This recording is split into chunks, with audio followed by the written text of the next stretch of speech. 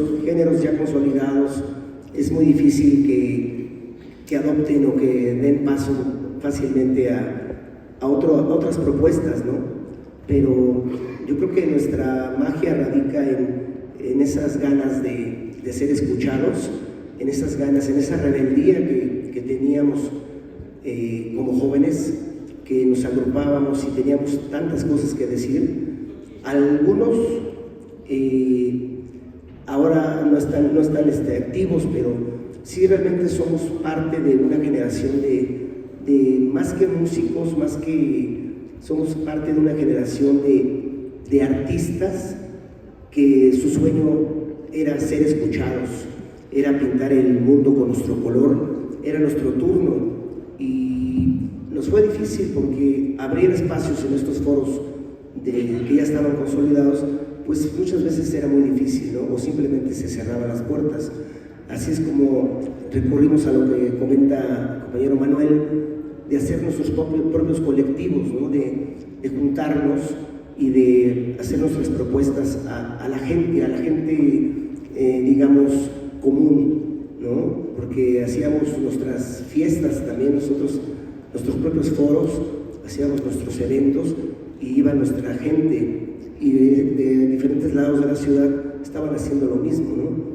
Yo creo que, y después al ver que convocábamos tanta gente, siendo bandas no conocidas, ¿no? Bandas que... Independientes, casi amateurs. Exactamente. Entonces pasó algo muy mágico, que la gente siempre nos vio con mucho cariño, y la gente se hace parte de esta misma rebeldía, ¿no? Ya se rompen los estigmas de, pues es la banda que está tocando y pues el público, ¿no? Somos parte de una generación que nos envuelve a todos, ¿no? El público es fundamental, nosotros como exponentes, pero siempre hemos viajado de la mano, siempre hemos crecido de la mano. Entonces es la fuerza que tiene el ska de México, que hemos sido una generación acompañada, ¿no? No solamente los que tenemos que proponer, escuchamos a la gente y muchas veces aprendemos de la gente. Entonces es la fuerza, somos uno, ¿no? Somos una generación rebelde que está cumpliendo sus sueños. Totalmente. Y bueno, ese paso, digamos, de esas primeras grabaciones, de estos primeros conciertos colectivos, en donde colaboran, se hacen fuertes los unos a los otros, eventualmente llega a tocar la puerta de la radio. En aquel entonces estaba Órbita, el universo del rock, que obviamente tocaba todas estas bandas que ya estaban teniendo un fuerte impacto, ¿no? para el rock mexicano, y estaban en compañías importantes, algunos de ellos, compañías independientes, y ahí el ska toca la puerta y empieza a sonar por primera vez.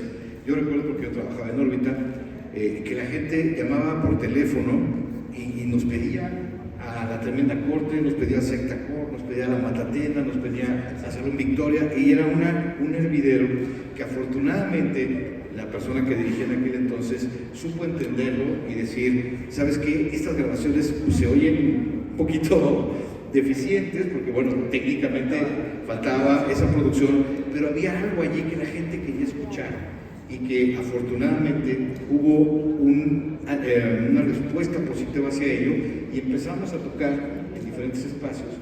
Algunos de ustedes que eran pues obviamente claramente la punta de lanza de un movimiento muy fuerte, ¿no? Que bueno, no sabemos hasta dónde iba a llegar y que se convierte en un fenómeno social. ¿Qué recuerdan de aquello, Chino, de aquellas primeras ocasiones en donde empezaba a sonar, sobre todo en esa estación, no hablemos de que en todas las estaciones comerciales, ni mucho menos, sino simplemente en esa estación abocada al rock empezó a sonar este movimiento juvenil de ska mexicano? Mira, yo recuerdo que en su momento, en los 90s, cuando armabas tu banda, siempre tenías como un objetivo de decir, voy a hacer mi demo y se lo voy a llevar a órbita, ¿no? Ese era tu sueño, así. Primero me peló, ¿no? No. Siempre soñabas al radio, ¿no? Decir, oye, escucha lo que estoy haciendo. No, sabíamos pues, que nunca me iban a hacer, ¿no? Y yo me acuerdo que la primera vez que escuché a alguien de nosotros en la radio, así fuerte, fue a Nana Pancha, ¿no? Con la de Nana, ¿no? Y así duro todo el tiempo, y sentí mucho gusto porque estoy seguro que ellos no llevaron la grabación. O sea, el radio, después de tanta efervescencia que ya estaba pasando, la puso. Yo estaba, lo que me estás diciendo me confirma lo que yo pensé siempre, que el ska no fue de ir a tocar puerta a la radio. La radio, ante la efervescencia de todos ustedes, porque fueron todos ustedes, ante la efervescencia de tantas tocadas y tantos llenos, dijo, vamos a pasar esto, ¿no? Llamaban y pedían, y pues la banda, la pandilla fue la que metió el ska a la radio, ¿no? Que después ya vino una etapa muy rara, ¿no? Cuando de plano sí, puta, yo era, no quiero, se me va el nombre de esta estación que estaba vetado en el ska, era... ¿Reactor? Radioactivo, ¿no? Radioactivo, mano. No, qué mal momento. ¿Qué es el papá del reactor? Qué mal momento para la música alternativa, no nada más para el ska, para el punk, para el garage, para todo lo que hacía el mexicano. Es que no le gustaba al director. Bueno, entonces, me acuerdo, ya, una vez así, yo recuerdo bien que sacaban un spot donde decían, tuve una pesadilla, soñé que hacía ska, ¿no? O sea, ya de plano así, mala leche. Eso tiene que ver con un momento raro, ¿no? Porque al final de cuentas pues, siempre hemos sido bien amigos. O sea, la pandilla, los gerentes de allá arriba se pelean en sus gustos, la pandilla más true se pelea, pero la neta es que todos nos hemos llevado bien del otro lado de la escenografía, ¿no? Le hablamos al Tex-Tex, le hablamos a los rock and rolleros, le hablamos a los hip hoppers, les hablamos a los cumbiamberos, sí hablamos con gente que hace trap, que hace ska, que hace rap, que hace hasta reggaetón, o sea, nos llevamos bien de este lado, pero la pandilla luego se pelea mucho entre ellos nada más, y los grandes, de los grandes criterios de lo que les gusta nada más. Ese momento fue muy gacho, sí, fuimos relegados, o sea, realmente era muy difícil que sonara el ska en esos días en la radio, pero a fin de cuentas, a nivel calle, a nivel piso, a nivel raza, seguía sonando y sigue sonando, o sea, sigue sonando el ska, el llamado Mexca, que ustedes nos pusieron Mexca, y que nosotros lo agradecemos con todo el corazón. ¡Arriba el candidato! Pero también hubo un momento, que también fue algo un poco raro, ya nos contarán, en donde todo este éxito, por llamarlo así porque ya era un éxito, o sea, las tocadas en donde quiera que las hicieran en la ciudad, sobre todo en la zona conurbada, se llenaban y se empezaban a verdaderamente ocasionar tumultos cerca. Obviamente ya había algunos grupos que estaban empezando a sonar en la radio, empezaron a tener éxito, muchos de ellos, como ya mencionamos en la primera parte que hicimos allá, editando cassettes, ¿no? Pero viene esta parte en donde se empiezan a involucrar las compañías multinacionales y dicen, esto está muy interesante, y empiezan a apostar por algunas de las bandas, ¿no? Sectacore entra en Sony Music, La Tremenda entra en Warner, Inspector entra en Universal, ¿no? Panteón tarda un poquito más, pero entra en RCA. Entonces, de repente, varias de las bandas que estaban teniendo este impacto empiezan a tener esta relación. Fue un momento, una etapa que pasó, y después las bandas volvieron pues, a su naturaleza independiente, llamémoslo así.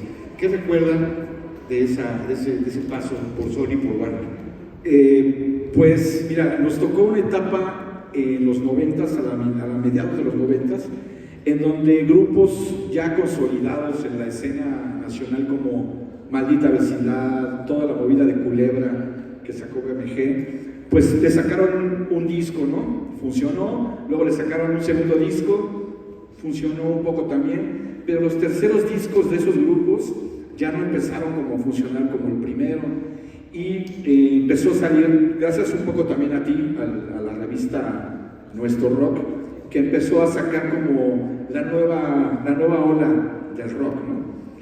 Se estaba dejando un poco la división entre bandas como las que mencioné a una nueva tendencia, que eran bandas como Molotov, Control Machete, El Riesgo de Contagio, la movida allá en Monterrey, ¿no? De Zurdok, Gran Silencio, bueno, la movida del ska también.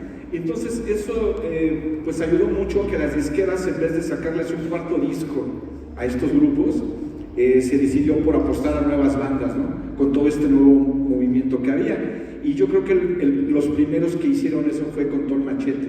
Fue el primer grupo que, no me acuerdo con quién estaban, Universal. Inmediatamente después Molotov tomó la batuta del segundo grupo que tuvo una disquera. Y yo creo que ahí las demás disqueras empezaron a decir, bueno, si ya tienen a Molotov, ya con todo el machete, pues empecemos a agarrar bandas que están ahí sueltas, ¿no? Salió el género el subgénero de Polygram que se llamaba Manicomio, en donde pues yo siempre quise estar en esa disquera porque pensaba que de alguna otra manera tenían el mejor elenco que habían escogido. Estaban Resortes, Estrambóticos, Zurdo, como que decía, bueno, el día que Manicomio haga un festival va a ser un éxito, porque todas las bandas que tiene ahí son muy buenas, ¿no? Muy buenas propuestas. La Flor de Lingo, también de Monterrey. Entonces, nosotros fuimos, no sé si el primer grupo de esta movida que estamos hablando del ska, que tuvo opción de tener una disquera transnacional, en este caso Sony Music, y pues para nosotros fue una consecuencia de lo que se venía haciendo con años anteriores, ¿no? Hacer un primer demo con Pepe Lobo Records, que fue prácticamente el primer material de su compañía, y fue todo un éxito, ¿no? Después tus festivales que hacías, los Tocapalola, los eventos en el Metropolitan, pues a nosotros nos iba muy bien, y eso logró que la disquera pues se fijara en nosotros en ese caso, ¿no? Y estuvimos ahí un tiempo, hicimos 2 discos con ellos. La verdad es que no nos arrepentimos en haber entrado con ellos. ¿Les cambiaron el estilo? ¿Los volvieron light? La verdad es que nunca se metieron en nada con nosotros, nos dieron mucha ayuda, nos hicieron una gira por todo México, que ahora es muy complicado hacer. Agarramos un camión y nos fuimos desde aquí hasta San Luis Río Colorado para bajar y subir otra vez, y eso agradecemos mucho. Gracias a los brazos de una disquera transnacional como ellos, pues nos permitió que nos escucharan en todo México, fuera del país, hacer videos, que en esa época MTV estaba también muy fuerte, era otro promotor también de la música, y hacer videos era muy bueno también, eran muy caros también en esa época, y también nos hicieron eso. Entonces nuestro paso por la disquera, la verdad es que fue muy bueno, hasta que nos dimos cuenta que de alguna otra manera nosotros somos más un grupo independiente. La burocracia que pasan en disqueras grandes, donde tienes que hablar con el dueño, tú te tienes que pasar por 10 personas antes de hablar con él, ¿no? Entonces, como experiencia para nosotros fue buena, porque obtuvimos cosas que la verdad no hubiéramos logrado. Simplemente grabar un disco, un CD, era complicado, nadie tenía las máquinas para hacerlo, ¿no? Entonces, creemos que es una buena experiencia, la vivimos, no creo que la volvamos a hacer. Estamos muy a gustos con la independencia que tenemos nosotros ahora, pero bueno, es indispensable que las bandas conozcan todos esos lados, ¿no? La independencia como las disqueras transnacionales, para que después tengan una idea de qué es lo que quieren hacer, ¿no? En tu caso, Manuel, ¿cómo recuerdas esa experiencia con Warner? Daba mucha ilusión, ¿no? La verdad es que era esta parte inicial de ver que tus artistas favoritos, y que ya nos habíamos hecho compas de varios, de los Tacubas. ¿Estabas en la disquera de Luis Miguel? En la disquera de Luis Miguel, era la disquera de Café Tacuba, entonces era la disquera de los Hombres G. Entonces para nosotros causaba mucha emoción. Nos dijeron los Tacubos, consíganse un buen abogado antes de firmar, ¿no? Porque implica muchas cosas, implica muchas obligaciones, no nada más es como llegar y que me hagan un disco, ¿no? Como bien dice Miguel, hay que hacerle una promoción intensa. En esas épocas era, si estabas en una disquera, sí, claro que era más fácil accesar a medios masivos de comunicación, ¿no?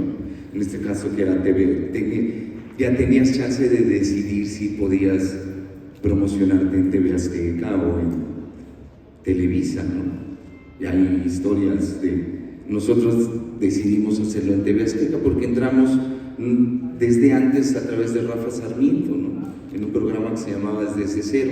Ya veníamos haciendo eco todas las bandas en distintos lugares sin tener el apoyo de la transnacional. Es muy interesante porque las compañías empezaron a fijar, y en el momento en que lo hacemos, claro que cambia la perspectiva de cómo es la industria, ¿no? Nos viene a sacudir porque no es tan tersa como nosotros pensábamos, es demasiado espinosa, son demasiadas desilusiones, pero también si te pones la pila entiendes como una manera de organización, Y lo tienes que asimilar que es un negocio para ellos y que tú eres parte de ese negocio y que te estás prestando a. Entonces, salimos por petición de nosotros. Nos firmó en ese entonces Camilo Lara, entonces del Instituto Mexicano del Sonido. Se va a EMI y entonces la compañía no tiene tan buenos ojos con nosotros y trabajamos, hicimos cosas bien chidas, tocamos en la Plaza de Toros, tocamos en un montón de lugares que no pensamos que podíamos tocar, conocimos gente que no pensamos que podíamos conocer, pero sí fue un desencanto de la clase de los promotores de abajo, ¿no?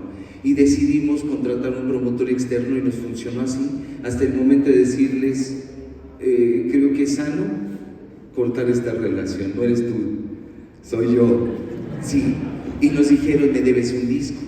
Entonces tuvimos una situación. Le hubieras dado un disco que te sobrara. Sí, no, claro, de hecho hay un contrato firmado en la tremenda corte con Warner Music que podría ser vigente, ¿no? Entonces decidimos irnos porque la independencia nos daba cierta libertad de los tiempos.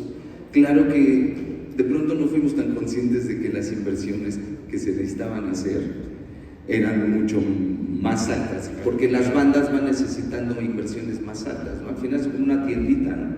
Y cada vez que quieres promocionar necesitas ponerle como una monedita más, pero entonces la independencia y la autogestión de donde veníamos y conocer otros modelos de negocio nos permite generar pues, ideas más creativas para hacernos de esos recursos y poder seguir reproduciendo nuestro arte, ¿no? Juntarnos con artistas gráficos, juntarnos con videoastas para poder hacer los siguientes materiales, ¿no? En este caso la después Frecuencia Rebelde, la rebelión, la alerta, tremendamente y ahora la resistencia sonora, y todo parte con esa ilusión de mostrarles las canciones a ustedes, sí, pero también primero esa complacencia de uno de decir, esto es lo que pienso, esto es lo que soy en este instante, y de pronto una canción no te define total como persona, pero sí es parte de nuestra esencia cada una, ¿no? Y en el discurso del ska muchas veces se habla de que, sí, claro, nacimos en un contexto de crisis económica, en un contexto fuerte de una guerra interna en el país, pero también aprendimos a construir, ¿no? Y construimos una movida que ha dado mucho a muchos movimientos sociales, pero también ha dado mucho a instituciones de caridad, a nuestros propios compañeros, nos hemos ayudado entre nosotros, y a la fecha seguimos generando conciertos para generar nuestro propio trabajo, porque la vida es dura, ¿no? Entonces, y no nos victimizamos, entonces pues si no hay opción acá, pues busquemos opción B, y si no hay opción B, existe el plan C. Entonces, en este momento estamos parados en una realidad en la que nuestro corazón está abocado a hacer música, ¿no? Después de todo lo que hemos pasado, no hay manera como de echarnos para atrás, sino seguir y seguir y seguir y seguir componiendo canciones para seguir despresurizándonos. Claro. Y despresurizando socialmente, porque también es esa parte que sí les quiero reconocer a mis compañeros, despresurizan socialmente en los conciertos, ¿no? Trabajamos toda la semana y llegas a la tocada es y que te olvidas de todo. eso que tocas es bien interesante porque nos lleva a esta cuestión del slam, ¿no? Que era algo súper característico y que es algo muy característico del ska, esta cuestión que alguien que quizá no ubica lo ve como algo agresivo, y es todo lo contrario, ¿no? Es como todos juntos vamos a sacar lo que traemos, ¿no? Y a disfrutar de la música y hacer como un ritual, y es algo verdaderamente impresionante lo que se vivió. Es como del ska. una catarsis, ¿no? Totalmente, una catarsis colectiva. Es como la gente te demuestra que eres aceptado, que les gusta lo que estás haciendo, lo toman como un vehículo para ellos expresarse también, porque esa danza realmente está cargada de mucha expresión, de muchos problemas que se dejan ahí parece ser rudo, ¿no? A veces mucha gente pues hasta se espanta, ¿no? Pero realmente tiene todo un arte el meterse a bailar entre tanta gente, con tanta energía y tanta... Cuando te das cuenta de todo eso, Rafa, es cuando de repente alguien se cae, la gente lo mismo. Exacto, está la unidad, está eso de estar juntos, ¿no? De estar compartiendo, que es algo también muy interesante, platicando de cómo íbamos creciendo, ¿no? Es muy divertido todavía hasta el momento, porque íbamos viendo los logros que nuestros compañeros iban teniendo, ¿no? Porque antes de ser músicos y todo eso, pues fuimos camaradas, ¿no? Fuimos amigos jóvenes que pues íbamos a las fiestas, ¿no? Y teníamos toda esa energía y traíamos un relajo muy interesante que pues muchas cosas no puedo contar a la gente porque estaría... Se van a espantar. Sí, no, se diría el micrófono automáticamente, mágicamente, pero hemos crecido. Entonces, al ver que, por ejemplo, los camaradas de secta estaban haciendo videos profesionales, ¿no? De hecho, participamos en los primeros, en ese video del Delfino, el asesino. Yo fui el asesino. ¿Por qué te habrán escogido? Entonces era muy nos nutría mucho, ¿no? De ver cómo iban nuestros compañeros logrando subir escalones y firmar con disquera y tener más proyección, ¿no? Entonces pues ya llegaba nuestro turno también, ¿no? Entonces fue algo que fuimos experimentando todos, ¿no? Pero sí era muy emocionante ver cómo pues iban avanzando, ¿no? Y que dieron más proyección. Y después de todas esas experiencias, pues yo creo que fue una sabia decisión regresar a la independencia, en donde podemos dedicarnos a seguir entregando el corazón, seguir aprendiendo y pasársela de una manera muy divertida y muy mágica, porque pues la gente te permite que tú sigas contándole tus aventuras, ¿no? En canciones. Tal cual, Rafa. Y Chino, pues tú también pasaste por esta experiencia de estar en Sony Music con Salón Victoria. En particular, ¿cuál sería tu resumen de ese lapso, de esa experiencia? Buena y mala, digamos. Pues es que yo creo que no nada más a nosotros. Nosotros ya nos tocó una generación en términos artísticos muy difícil, porque me acuerdo que nos pegó durísimo, pero durísimo la piratería. O sea, la piratería fue un fenómeno nuevo que aplastó a las ventas de discos. Y la verdad fue muy difícil. No hubo los números que la compañía esperaba, porque por un disco original que se compraba, pues se vendían 50 en el metro, ¿no? Entonces, pues no nada más a nosotros. O sea, digo, a nosotros nos dieron la carta de retiro, ¿no? Pero también creo que se le dieron a Zoé, ¿no? Y creo que pues, se han de haber dado un balazo después, porque 2 años después fue un fenómeno. Pero a muchos grupos nos dieron así como que, ¿sabes qué? Tus 25,000, 50,000 copias, que hoy es muy difícil, no sirven, ¿no? Es que sí, cualquier grupo ahorita. Adiós y bye bye, ¿no? Entonces, ese fue un momento muy difícil, por eso no hay tanto recuerdo bonito, porque sí, bueno, pusieron un espectacular estudio, ¿no? El que está aquí en el Toreo, donde grabó, creo, Juan Gabriel y todo el mundo así. Es una cosa impresionante así, y grabamos bien chulo, el disco quedó precioso, el secundario del 73, pero nos tocó ese fenómeno, mano, y fue muy difícil a nosotros, yo creo que a todos. La venta de CD se vio afectadísimo. Yo la verdad no veía cómo podía salir de eso un artista, ¿no?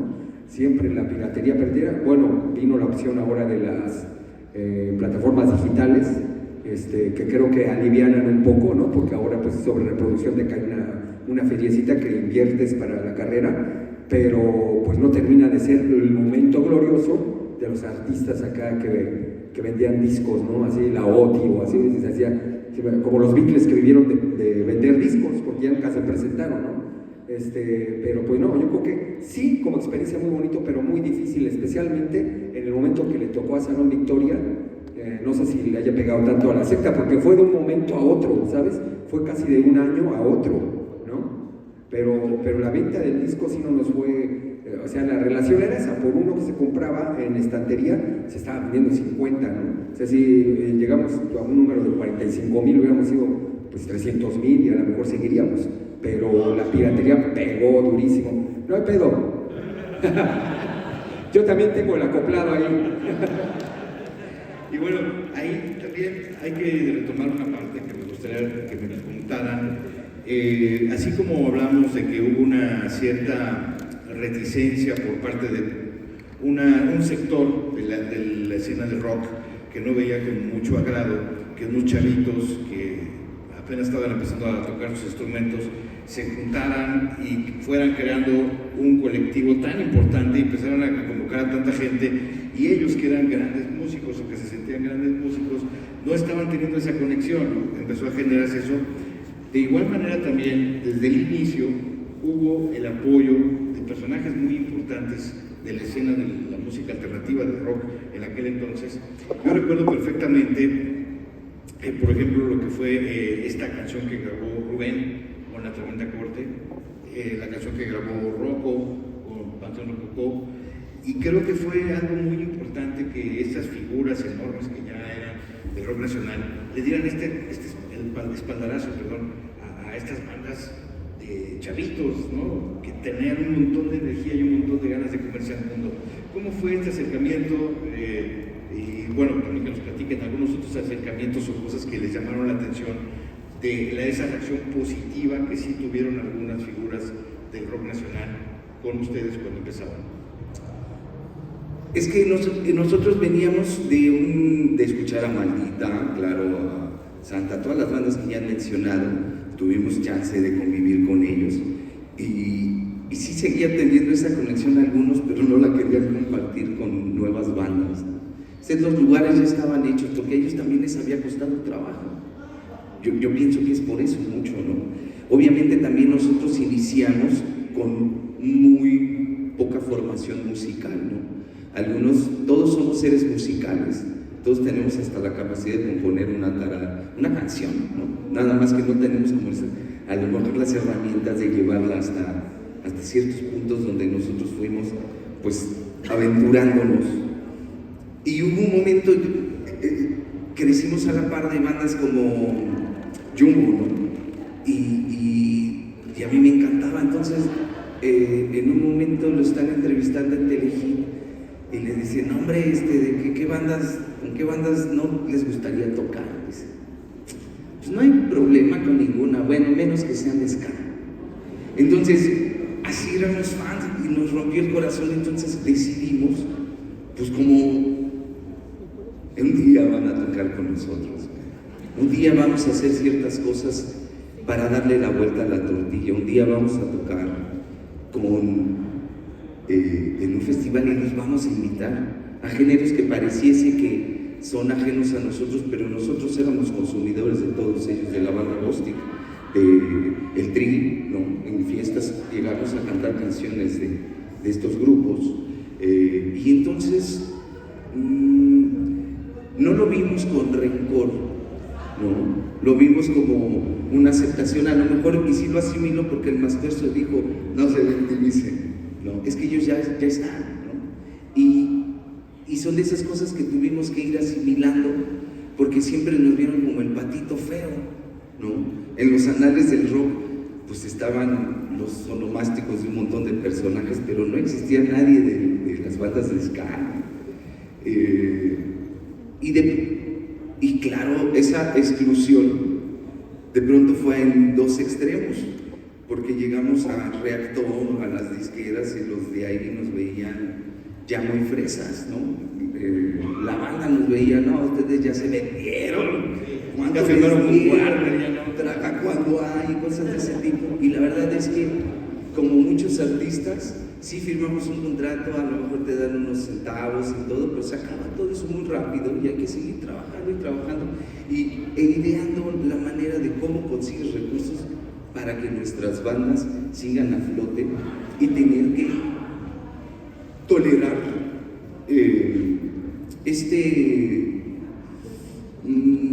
exclusión de muchos lugares, ¿no? Tener que sufrir censura Porque también pasó algo, ¿no? Las disqueras te firman, shalala, no se meten en los discursos de nada, ¿no? Como cantar a la secta, como cantar a la tremenda. Oye, hay un problema con las letras, le preguntamos a Camilo y dijo, no, dele. Después escucharon y dijeron, no, esto está más subversivo, esto no está tan padre para lo que estamos vendiendo. Ya entendimos por qué no estamos haciendo match con los, porque vienes a hablar, vienen a incomodar de nuestro establishment, ¿no? Entonces, son procesos de aprendizaje, simplemente, y son cosas que van pasando en la historia, pero si hubiese sido, yo creo que más terso que, pues se le hubiera dado cobijo a estos jóvenes que tenían el ímpetu de salir adelante, porque en el camino vimos muchas bandas caían, y algunas con contratos discográficos tenían que terminar con un psicólogo porque el golpe era demasiado brutal, ¿no? Y en ese andar también en nuestras propias bandas tuvimos que aprender a soltar, ¿no? A soltarnos entre nosotros, y esas rupturas del corazón pues siguen sanando, ¿no? Y siguen sanando en canciones y siguen repercutiendo en la escena, porque las bandas seguimos estando bien vigentes, y eso me da mucho gusto, la verdad. Les agradecemos a todos ustedes por el favor que nos hacen de seguir consumiendo esta noble música, y seguiremos escribiendo esta historia, porque la verdad es que hay grandes anécdotas, ¿no? De cómo se fue construyendo todo esto, cómo nos fuimos conociendo, cómo nos fuimos reencontrando, porque sí estuvo esta parte de las disqueras, pero después del 2010 para acá las cosas volvieron a cambiar, ¿no? De estar así chingón, luego vino y ya no se le veía el fondo, ¿no? Claro. Chino, no sé si quieras agregar algo sobre este tema o pasamos Sí, sobre esto, yo creo que también no nos agarró desprevenidos. Yo creo que, como habíamos venido de abajo, ¿no? Y verdaderamente de toquines, autogestivos, sin tomar lugares, así, pues de repente si estabas en un nivel disquera, que haciendo presentaciones para festivales de la radio y así, pero pues cuando terminó, porque creo que la mayoría ya no está en ello, tal vez Panteón, pero pues volvimos a donde ya conocíamos, ¿no? O sea, conocemos ahora que hay que seguir tomando espacios, diciéndole sí a ciertos festivales, organizando a veces entre nosotros, tomando incluso bares, tomando incluso espacios que antes no tomábamos, pero que son mucho más formal que hacerlo. Nunca se me va a olvidar que yo te conocí, carnalito, en una vecindad, carnal, que estábamos en la vecindad, en el patio de la vecindad, y estaba tocando la Tosca Puta y la Tremenda Corte, y era el Lulú, algo así, ¿cómo el Lulú, algo así? Se me fue. Brutal Lulú. Era prácticamente una vecindad, hermano. Y tocaron ellos un ska bien prendido, ¿no? En ese momento estaban sonando en el subterráneo de la Tosca, y tocaron las estas, y me acuerdo que se armó un eslamote, y era la vecindad, carnales, era la vecindad, se armó un eslamote, y yo sentía, pues de esas de que estás cantando y así protegiendo, ¿no? Así, porque es desmadre, porque es a nivel de piso, ¿no? A ras de piso, ¿no? Pero yo sentía un empujón bien insistente, y yo con los ojos cerrados así, y volteo y era una doña con su pan. Yo me dice, déjame pasar, ¿no?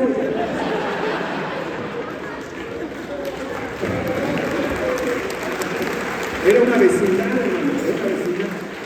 Entonces, si ya habíamos pasado por ahí, hermano, pues se acabó el rollo de las disqueras, o tal vez regresen, no lo sé, pero si habíamos pasado por ahí, hermano, pues era volver, y sigue ahorita dándole con todo, ¿no? Hay música, yo siempre voy a decir que la música es hermana, ¿no? Yo no tengo ni un pedo con ningún género, algunos no los pongo, pero no tengo ni un pedo, pero si hoy día los chicos oyen reggaetón, trap, corrido tumbado, lo que me digas, nosotros seguimos haciendo nuestra fiesta, y mira, los chicos que son allegados a nuestra música ahora tienen hijos, ¿no? Incluso ya por ahí hay un abuelo, pero nada más que me da pena, yo creo. No quiere señalar, pero anda por ahí. Pero la verdad es que, por ejemplo, yo tengo tres chicos, unos son de secundaria, y pues en la secundaria sí saca otra chela, que digo, no, tú estás muy chico para eso, pero sí, es transgeneracional ya, ¿no? Realmente, es un gusto heredado también. Exacto, sí. Sí, los que están intermedios son los que escuchan ahorita el trap, el reggaetón y eso, ¿no? O sea, digo, para que me entiendan, me topan más o nos topan más en las secundarias que en el CCH, ¿no? Como que es hay una, lógicamente, ¿no? Eran como los hermanitos de los que escuchaban, pero y ahora oyen los hijos de los que escuchaban y tienen más influencia, ¿no? Entonces ahora sí tenemos más influencia nosotros que sus hijos, como diría James Addiction. Y bueno, ¿cómo este movimiento musical? Porque empieza pues por esta necesidad de expresión, por esta necesidad de hacer canciones, de compartirlas con la gente, empieza así como muchos movimientos musicales que ha habido en todo el mundo y obviamente en México, pero de repente se vuelve un fenómeno social. El ska se convierte en un género apoyado por miles y miles de chavos que vivían las 24 horas del día su pasión por el ska y que te los encontrabas en la calle con sus muñequitos, que en aquel entonces se pusieron muy de moda hace algunos años. Muchos de ustedes habrán traído su muñequito, seguramente. Los hemos, ¿no? Y también surgió esta manera, digamos, un poco peyorativa de llamar a los seguidores del ska, que eran los esquetos, ¿no? O sea, los escatos o los esquetos, ¿no? Los Pokémones, pero lo que sí era claro es que ya había pasado algo mucho más allá de lo musical y se había creado una comunidad de gente que vivía intensamente este movimiento, que se asumía como parte de él en todo el transcurso de su vida, de su día a día. Y entonces verdaderamente yo creo que este es digno de un estudio para sociólogos y mucho tipo de especialistas, porque realmente es algo que muy pocas veces hemos visto a ese nivel. ¿Cómo lo explicarían ustedes? A lo mejor tiene un poco que ver la anécdota que contó Chino, de cómo llegar a las entrañas, de entrar a las entrañas de la sociedad, de estar ahí, ¿no? En el patio de un montón de gente sonando y la gente compartiendo este gusto. ¿Qué anécdota nos puede contar en ese sentido de esta conexión? Bueno, te quería comentar que, bueno, ya lo comentaron, creo que Manuel hace rato, que de alguna u otra manera también nuestro movimiento fue muy ingenuo. Nosotros no teníamos un antecedente, como lo hablamos hace rato, de lo que era el ska como tal. Y por un lado creo que fue bueno, porque si no hubiéramos copiado lo que se venía haciendo, donde ya estaba hecho, pues. Entonces, el desconocimiento de lo que era el género, pues nos permitió que cada quien hiciera lo que quisiera, ¿no? Nosotros nunca le dijimos a la gente, ¿saben qué? Así es como se baila, o así es como deben de vestirse, o esto es como deben de hacerlo, porque nosotros tampoco lo sabíamos, ¿no? De hecho, a nosotros nos tocó la época en la que se asemejaba un poco lo que decías de los escatos, porque también estaba muy de moda en esa época la película de Kids. ¿Te acuerdas de esa película, no? Donde todos los chavos se vestían bien guangos y así nos vestíamos nosotros, no usábamos ropa apretadita como ahora, la que nos queda más al cuerpo. Usábamos pantalones grandes, ¿no? Y usábamos mucho playeras de fútbol de los 70s también. Y no sé, la verdad, desconozco yo, ¿por qué alguien empezó a sacar los monitos, Rana Renés, Elmos y un montón de formas de vestimentas que decíamos, ¿cómo es posible que alguien de su imaginación haya empezado a hacer eso? Y repercutió en los demás, ¿no? Alguien dijo, si era chingón que traiga un muñeco, yo también lo voy a sacar. Y cuando menos nos dimos cuenta, ya todo el concierto traían sus monos, ¿no? Y decíamos, wow, eso no lo entendíamos, y de alguna otra manera se nos hizo algo muy auténtico, ¿no? ¿Quieres decir algo? Yo siempre he tenido la teoría de que los muñequitos fueron parte de un movimiento que durante esa época del ska nuestro estaba también fuertísimo, ¿no? Que era la música electrónica y los raves.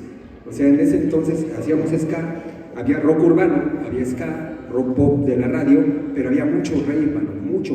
Y en ese entonces los que iban a raves llevaban un duendecito. O sea, llevaban su duende que hasta le hablaban al lomo y tenían que... Entonces traían su muñequito atrás en la mochilita, ¿no? Los que iban al rave.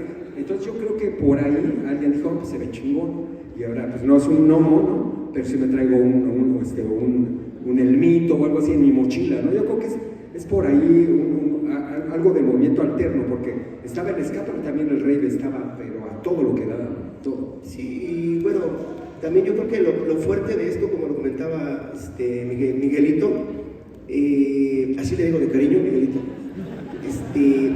esta onda de que no estábamos copiando nada, pero tanto nosotros como músicos, como los jóvenes, estábamos siendo auténticos, ¿no? Estábamos realmente inventando una forma de vivir, ¿no? En donde no se imponía tal o cual vestimenta o manera de comportarse.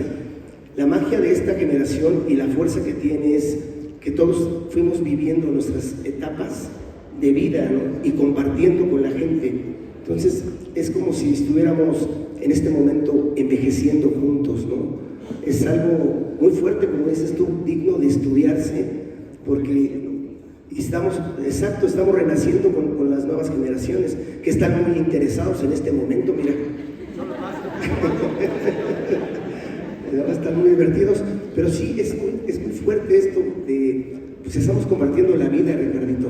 Entonces, yo creo que esa es la magia y la fuerza que nos nutre, porque la gente es la que nos enseña y la que nos dice de qué hablar, ¿no? Porque nos sorprende ver de repente los comportamientos de la gente, los sentimientos de la gente, eso de sacar el elmo en su momento. Mucha gente se lo atribuía de que era la inocencia perdida, ¿no?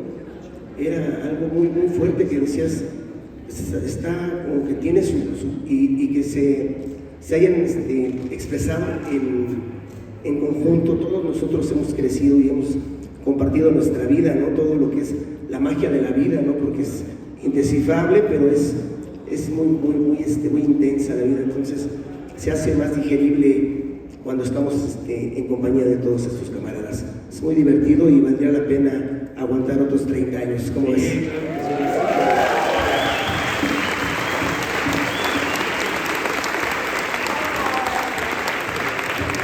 Pero antes nos tomamos un descanso de un año, ¿no?